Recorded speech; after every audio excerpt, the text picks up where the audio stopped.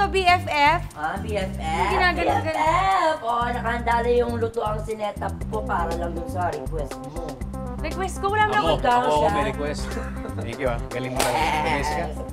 gano'n. Pinagtutulungan niyo akong dalawa. So, ito wala nang kulang dito So, anong lulutuin mo sa akin? Bilang parati mo naman ako nilulutuan ng sinigang. Ito na yung turn ko para lutuan ka naman ng something different. Sinigang to, ba't para makita ko, ano, buko ba to? Relax. Diyan ka lang. So, sige. umpisa na natin to. Papa Dong. Napaka-simple lang gawin ito. So, lalagay mo muna to. Nakasama ba ganyan? May mga galawang gano'n. Oo. Pwede mo muna uminit. Okay na yan. Diba? Pero alam mo totoo, si Dong, nagluluto siya. Masarap siya magluto ng steak. Steak. Oo, napakahirap gawin nun. Mas simple nga lang to eh. Oo, minsan nagre-request talaga ako ng steak sa kanya kasi may mga something siyang tinitimpla. May mga sekretong ingredients. Oo, at saka adobong balot. Ay, hindi ko pala ito. Dati mas madalas niya akong paglutuan. Ngayon, mga once in 2 months na lang.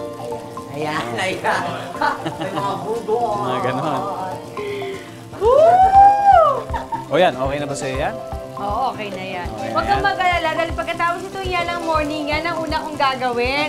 Pagluluto ko yung Di bale, asawa alam ko. mo, nag-uwi naman sa parati ng mga niluluto niya sa studio. Kaya okay lang yun. So, okay. Pagkatapos na nito, ilalagay na natin yung meat. Okay. Ang ating beef. Lagay na natin yan. Salt and pepper. Aba. Kailangan medyo mag-brown muna ng konti dito. Kaya natawa, BFF. Tama naman yung ganun-ganun. Oh, diba? Siguro lumilipad-lipad pa yan mamaya. Yan. Tayo mo lang ng konti. Ano yung pinaka-forte yung niluluto sa isa't isa? Cake yung kay Papa Dong. Ikaw. Tanong mo siya, ano yung pinaka-favorite kong Papa niluluto Dong. niya? Siyempre, menudo ng lola niya. Ay, oo. Yun yung kasi yung recipe na yun.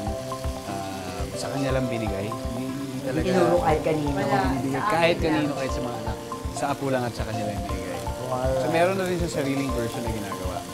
At talagang hinahanap-hanap talaga namin yung menudo na yun. Kapag nagka-restaurant ngayon, dapat yun yung number 1 sa listahan. Menudo. Bestseller. Okay na ganyan. to. So ang pagkakaiba ngayon ito dun sa iba ay ang gagamitin natin sabaw, imbis na tubig, buko juice. Okay. Natikman mo Buko na ba yan? juice. Hindi pa nga eh. First time matitikman mo. Ba't ganun? Parang mas gwapo ka lalo pag nagluluto ka. Kala mo lang yun. Kiliti. So, pakukuluan muna natin to. I'm impressed. Yeah, right? Ang ginawa mong pinakatubig niya is ang buko juice. Oo, ah. syempre. Para maiba. So ngayon, nilagay na natin yan. Wala mo na yan, di ba? Gulay-gulay. Nilalagay yung labanos, yung gabi, yung sitaw. Nai-imagine mo na ba yung kalalabas ng lasa nito? Pagkatapos niyan, Oo. nilagay na natin yung pampasit. Pampaasim. Alam mo ba, sobrang maasit kung magsinigang. So, tingin mo ba sakto na to? Bahala ka, ikaw nagluluto ako, tinatanong Oo, ko. tsaka beef. Para sa'yo to, siyempre. Oo. Ganyan-ganyan lang yan. Alam mo si Dong, isa sa mga Yeah. request niya kapag nagluluto ako ng ganyan sinigang, ayaw niya na overcook yung mga vegetables. Gusto niya, nilagay lang after 5 minutes tapos Bagong na. luto. Oo, may ganun siya. Okay, sili. Sili. Sili. Tapos, tingin natin to. Kangkwang. Minsan lang ito mangyari, kaya... Tsaka buko meat. Picture ako muna sila. Selfie, syempre. Ayun. Mga ganyan. Okay. Ah. Okay. 1, 2, and 3. Nice. Patingin naman. Okay. Patingin. Serious siya. O baka ma-distract, BFF. Ayan, antayin mo na lang, ha? Madalas ba pag may guest ka, ikaw nagluluto o yung guest na nagluluto? Ako ang nagluluto. Kaya this time very special dahil Talaga? first time kong pinagluto. Wow, talaga?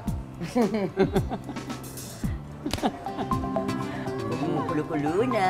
Pwede na yan. Oh, Ihain. Excited na ako dyan ah. Wow.